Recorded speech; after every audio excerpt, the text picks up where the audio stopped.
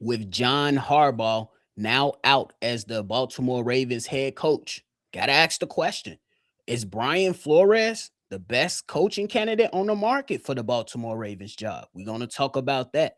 And with the Pittsburgh Steelers now in the playoffs, is Mike Tomlin seat still hot? And then we're gonna have a little fun. Is Fernando Mendoza or Dante Moore? Will they be one of which one will be the first round pick, the first overall pick? Y'all know we're gonna talk about it, break it all down, but you gotta hear the music first. Welcome to your number one spot for all NFL news and content, NFL Central.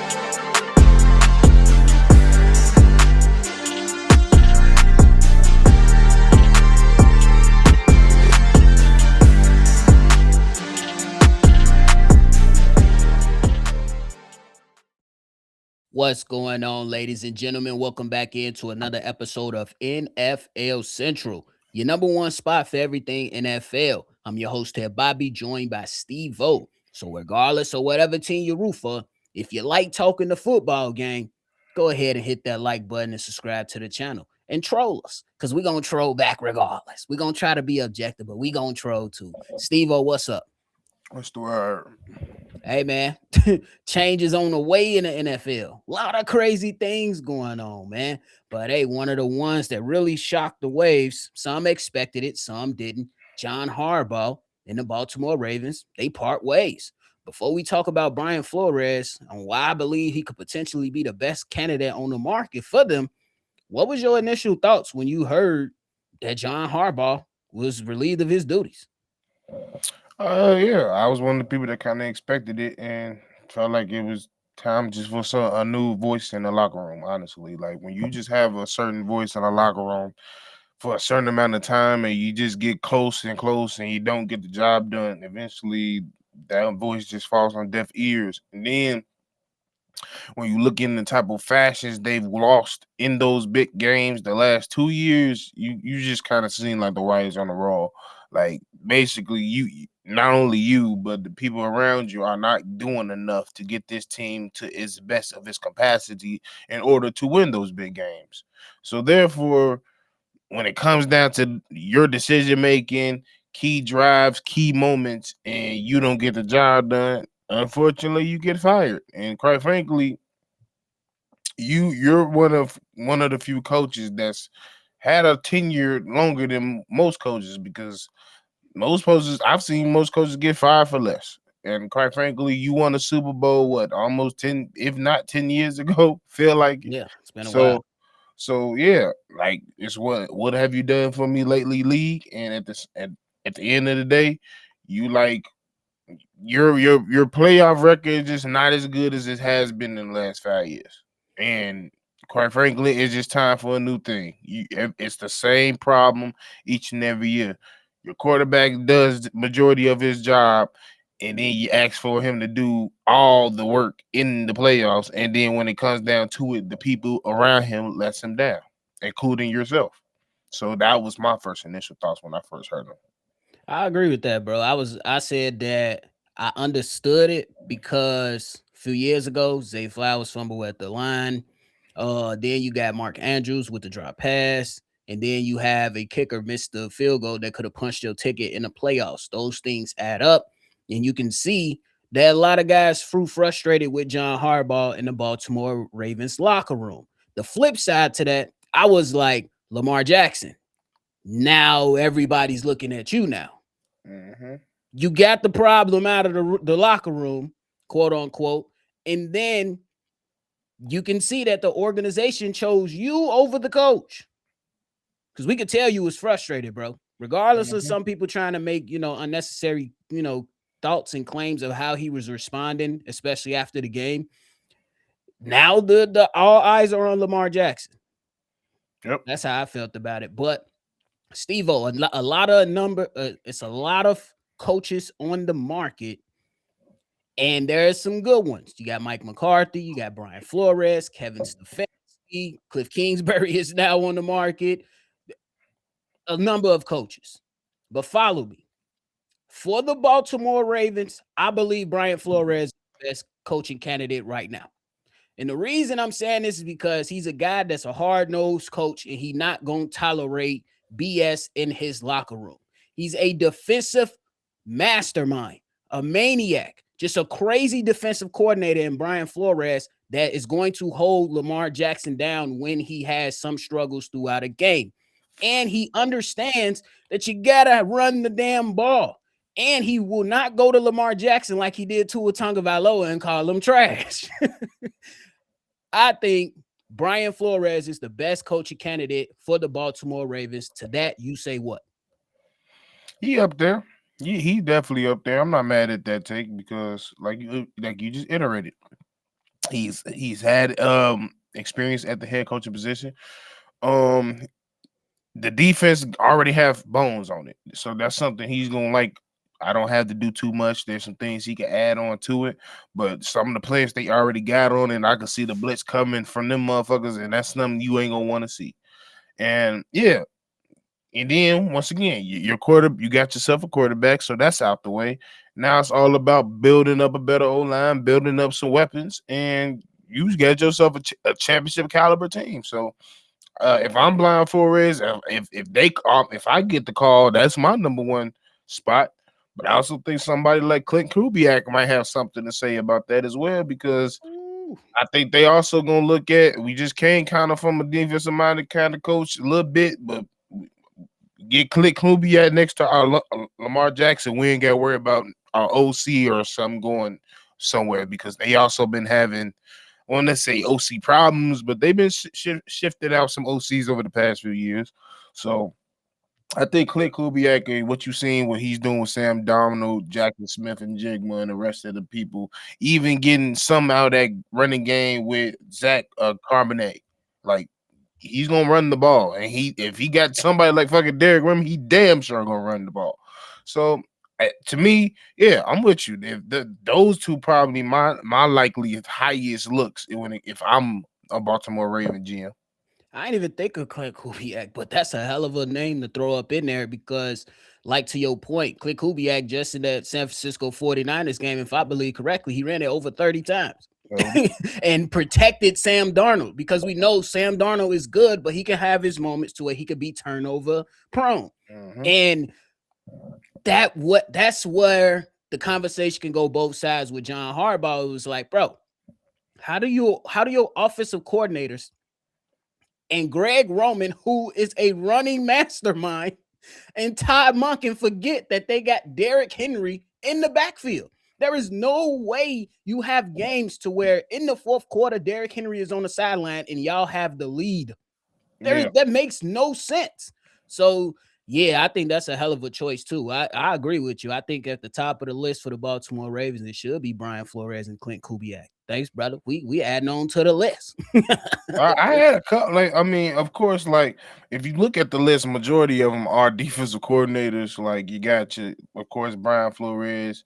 You also got your what's his Jesse Minter, the DC for the Chargers. Mm, You got Chris Sula from the Rams.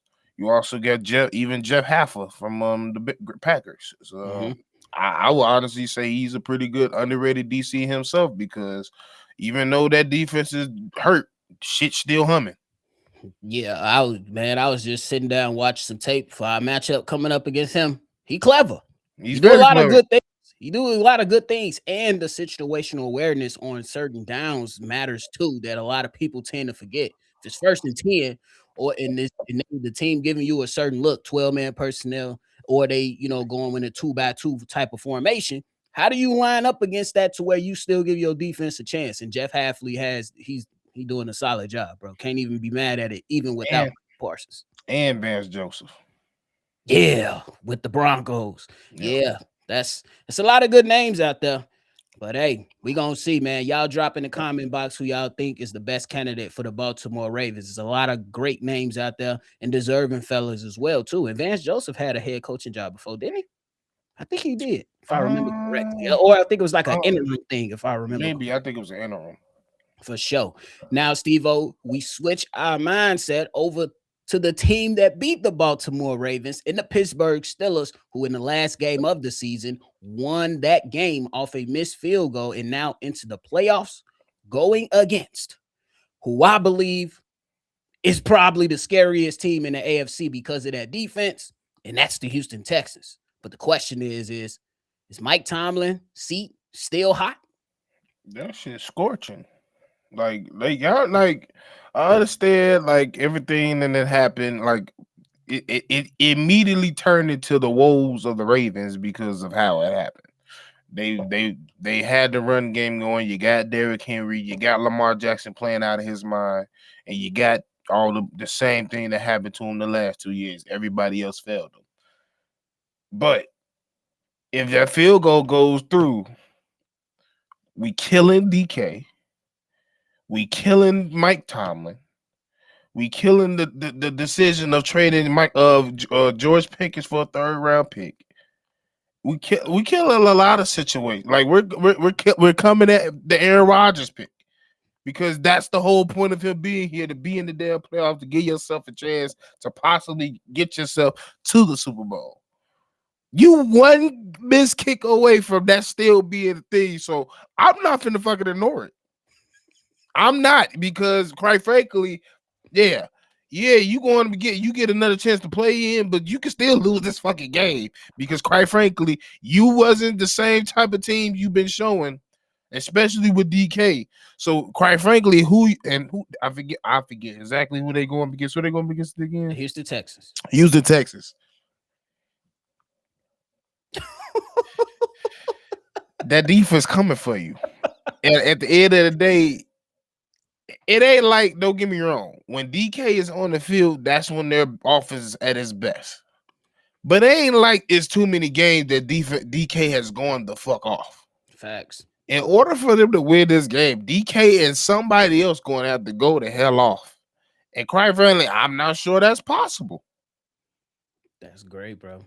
I agree with you 100%. Mike Tomlin, hey, we keeping it real.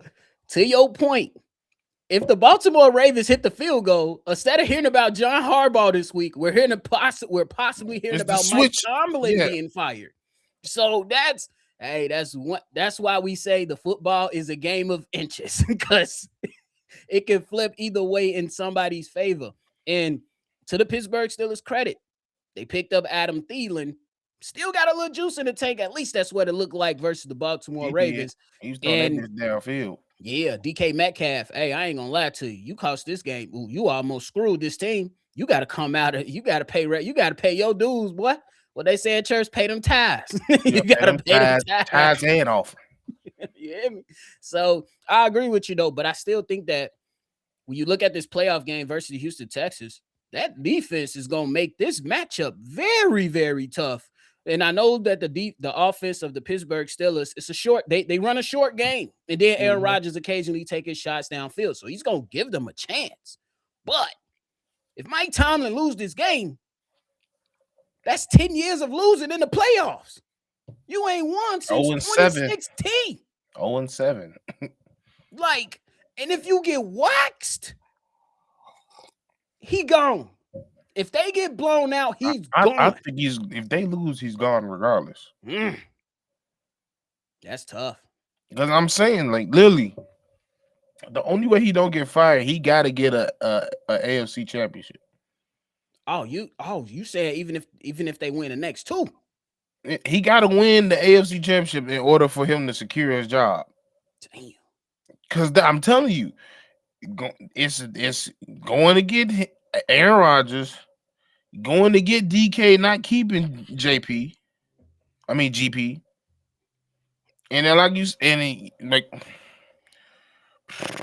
you necessarily didn't get the running backs the game together. You're lucky you found what you got. Yeah, with Gainwell. With Gainwell and even some other pieces you're using, and then like you're saying, you've been doing the dinking and dumps all day. That dink and dunk ain't gonna be there that game. I'm telling you that right now. Not against them Flyers. They fly to the football. It's gonna be some game. It's gonna be some multiple plays where he just gonna have to throw that bitch up to DK or one of them boys, and they got to come down with it. Yeah, it's gonna be a lot of back shoulder throws, a lot of back shoulder throws, or throw into a spot and hoping that your receiver get that, because them guys up front, they come and they be boy, I pay for a defensive line like that. and and the Houston Texans did, and Yep. this is the result of it. And that's the CJ Stroud. His short career, he's won 2 playoff games already, Yeah. Yeah. so he has the experience. This ain't nothing new. Yeah, this ain't nothing new. He went toe to toe with the Kansas City Chiefs last year, almost beat him. So CJ Stroud ain't about to come in here and play games. He know what's at stake. Yeah, it's about to be a tough matchup. And if you get blitzed, Mike Tomlin, yeah, you might be out of a job, just like John Harbaugh. Steve-O, real quick, do you, going back to the first topic, do you think John Harbaugh should take a year off? Yeah. Because it I almost I'm not in it. I'm not comparing him to Flus. But that's the same thing I said for Flus. You need to take a year out, dude. You don't need to play. You don't need to coach no football. Some people, when you have years of not being at the standard of that you once was, because like with Flus, you had a pretty decent record and standard as a defensive coordinator in Indy, and everything dumped once you came here down to Dallas. Yeah. Same thing with John Harbaugh, even, and then the same thing goes for even Mike Tomlin. If it comes down to them both, all three of those players, I mean, to coaches to get fired, they all need to take a year off because, for one, they all been coaching 10 years plus nonstop. Two of them been coaching, being the head coach for over 10 years. Yes. So, like, and I don't know if y'all ever talked to people that just coach regular high school or anything. Coaching is a very time-consuming job. It is. And it is crazy to say. It's amazing that a lot of coaches are fucking married because they don't even see their families 2 times out the week, probably for 2 hours. Bro, that's why the offseason they cherish. That's why when you see Nick Saban won the national championship, that nigga is in the valley in Georgia, where the only way you get to his house is by boat, nigga. I swear he got a boathouse. That bitch nice as hell. Right next to John Elway. For real though. But I think that's, hey, I ain't gonna I agree with you. Cause look what taking some time off did for Sean Payton. He came in, energized, and was like, yeah. And he hit the ground running. Mm-hmm. Came in with a clear mindset. And lastly, Matt Eberflus, his arrogance went with him to Dallas. He wasn't humble. They asked him what he'd do differently. He said nothing. You wouldn't do nothing differently? What? Did you not see your defense? Okay. On top of losing, you thought you was for to have Micah, you didn't have Micah? Yeah, just don't make no sense, bro.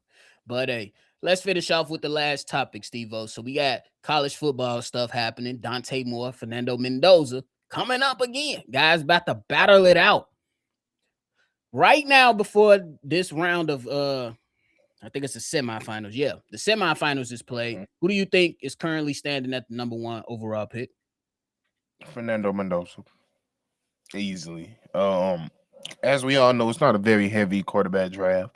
Quite frankly, it's really these two and maybe one other person. But yeah, it's Fernando because it ain't just, I mean, a lot of people might not know about him or just not find out about him this year, but everybody been watching him since a freshman at Cal. He's been doing some of these things. He been going up against a lot of pro people in the NFL that's already in there know who Fernando Mendoza is because he's been doing this for not. So don't get this old church boy messed up because even he quirky, but he that motherfucker corkscrew that goddamn ball out of his motherfucking hand. And he's a pro type quarterback, pro size, pro arm. He's more mobile than you realize. Yeah, he's very accurate on the deep and mid routes, and he's a good decision maker. He don't make too many mistakes. He really don't. Now, I will say he is behind one of the best offensive lines in the goddamn country. Yeah. Them white motherfuckers alongside that nigga, them motherfuckers is cold.